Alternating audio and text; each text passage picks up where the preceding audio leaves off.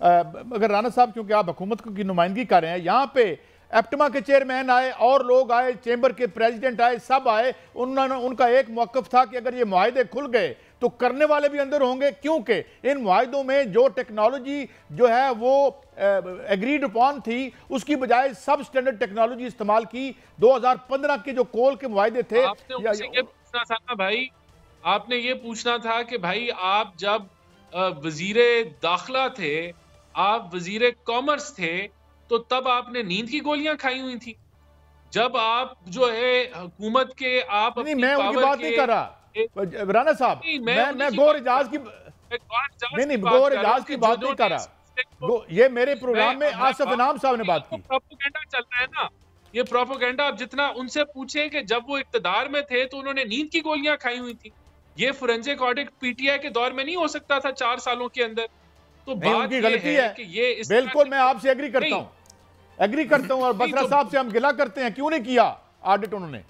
नहीं, अभी हम ऑडिट कर रहे हैं ना जी, हम इसका ऑडिट भी कर रहे हैं। और इसको किसी चीज को मैं तो आपको बता रहा हूं, मैंने आपको दोनों अमल का बता दिया कि कमेटी भी काम कर रही है जो ऑडिट कर रही है, और उसके अलावा जो चाइनीज की डेट रीप्रोफाइलिंग है उस पे भी काम जारी है। राना साहब हम कहते हैं इनको पब्लिक करें, देखें ये मेरे और आपके पैसों से। देखें काजी साहब, मैं राना साहब से सवाल करना चाह रहा हूं कि गौहर एजाज साहब जो हैं, जी बात करें मियां साहब। गौहर एजाज साहब जो हैं वो सुप्रीम कोर्ट भी, राना साहब सुप्रीम कोर्ट भी जा चुके हैं गौहर एजाज साहब, और गौहर एजाज साहब कहते हैं कि हुकूमत ने जो मुआहिदे किए थे वो गैर कानूनी थे, उसमें कैपेसिटी पेमेंट जो दी गई वो उसकी जिम्मेदार हुकूमत है।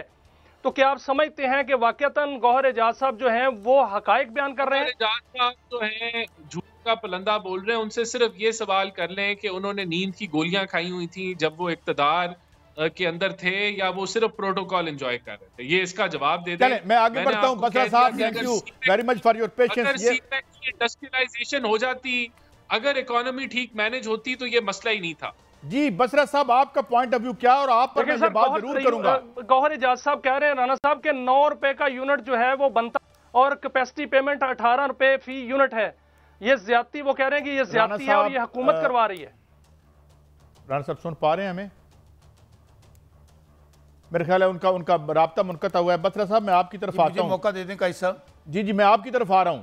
हजूर, आपके दौर में भी जो रज़ाक दाऊद साहब का मुआहिदा था उसको एक्सटेंशन दी गई और उस पर भी एतराज उठ रहा है। आपने भी वो कुछ ना किया जो रिक्वायर्ड था, जो बात राना साहब कर रहे थे। बसरा साहब। काजी सही साहब, पहली बात तो आप हुकूमत से जो सवाल करते हैं या हुकूमत के नुमाइंदों से करते हैं, राना साहब बेचारे क्या जवाब दें? ये तो ख़ुद मसाइल के ज़िम्मेदार हैं, इनकी वजह से तो इस वक्त ख़ुद मसाइल में पाकिस्तान गिरा हुआ है। जब वज़ीर आज़म का बेटा सलमान शहबाज, वो ख़ुद उसकी IPPs होंगी, मियाँ मनशा ग्रुप की होंगी, जब इनके अपने जो सारे इन्वेस्टर्स हैं उनके अपने सारे कारोबार होंगे, तो मुझे बताइए किस तरह आप लोगों को रिलीफ दे सकेंगे?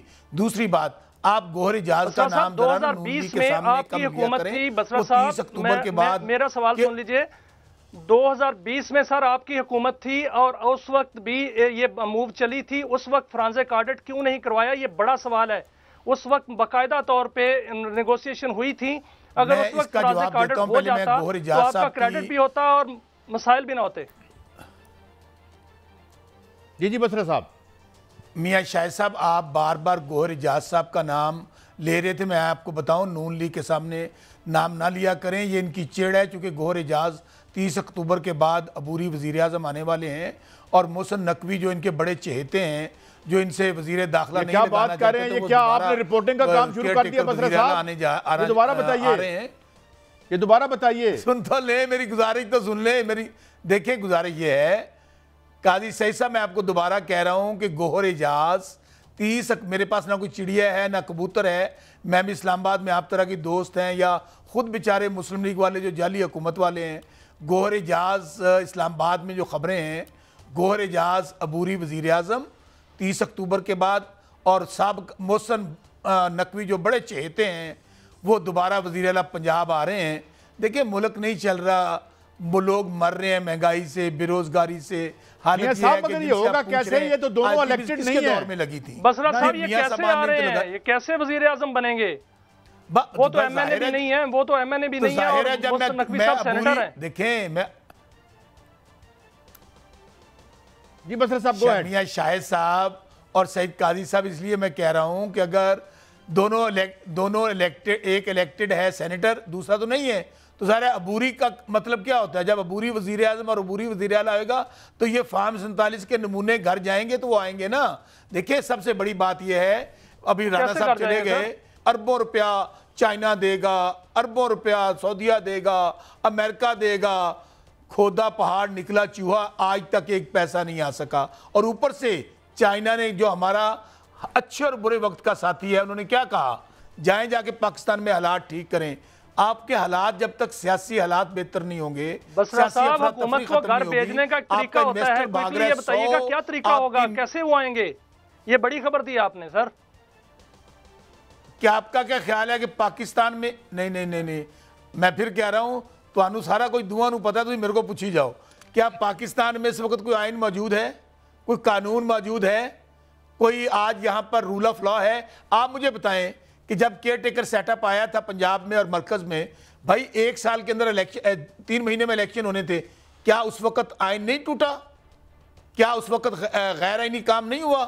تو اس لیے جو بات میں کہہ رہا ہوں، اگر پاکستان کو بچانا ہے، پاکستان کو اکٹھے رکھنا ہے، پاکستان میں جو لوگ دھڑا دھڑ، آج 18 لاکھ لوگ اس حکومت جو آئی ہے، بصرہ صاحب باقی چھوڑیں، بصرہ صاحب باقی چھوڑیں، تحریک انصاف کی بات کر لیتے ہیں۔ قیادت کدھر ہے سر؟ قیادت کدھر ہے؟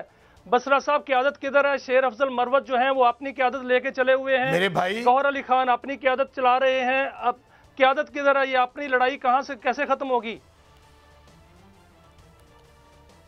شیر افضل صاحب ہوں، عمر ایوب صاحب ہوں، گوہر صاحب ہوں، علی امین گنڈاپور صاحب ہوں، حماد اظہر صاحب ہوں، میاں اسلم صاحب ہوں، شوکت بصرہ ہو، ان کا راستہ ایک ہی طرف ہے، ان کا لیڈر ہے عمران خان۔ تحریک انصاف نام ہے عمران خان کا۔ اس لیے میرے بھائی آپ نے دیکھ لیا، یہی کہا جاتا تھا کہ پارٹی ٹوٹ گئی، پارٹی کی 15 سیٹیں ہوں گی، کوئی ٹکٹ نہیں لے گا، نشان چھین لیا گیا۔ تو بھائی کیا ہوا؟ 9 مئی وہ کہنے والوں کو جواب مل گیا نا، 8 فروری کو 2/3 میجورٹی آئی۔ آپ کے سامنے میں بھاول نگر ہرون آباد سے بیٹھا ہوں، اجاز اللہ کو چیلنج دیا گیا، وہ اپنے والد کی قبر پر شاہین صاحب ہیں، اور نہ وہاں پر جو ہے وہ عمر ایوب صاحب ہیں، وہاں کارکن جو ہے گرفتاریاں دے رہے ہیں، کوئی قیادت وہاں نہیں ہے۔ سن لیں، تھوڑی دیر بعد میں جب آپ کے پروگرام سے اٹھ کے جاؤں گا، میں آپ کو کلپ بھیجوں گا، ساری قیادت وہاں ترنول جلسے میں پہنچ رہی ہے، کارکنان پہنچ رہے ہیں، جلسہ بھی ہوگا، اور انشاءاللہ دنیا دیکھے گی اور پاکستان دیکھے گا کہ جلسہ کس طرح ہوتا ہے۔ جلسہ ہونا ہے۔ لیکن ایک بات بتاؤں، جو میں بات بتا رہا تھا کہ اس وقت جو شوکت بصرہ آپ کے سامنے بیٹھا ہے، قاضی صاحب اور میاں صاحب، 50,000 ووٹوں سے جیت کے بیٹھا ہوں، بصرہ صاحب ہم آپ کے جواب دوں میں اپنی عوام کو؟ آپ کے کلپ کا ہم انتظار کریں گے۔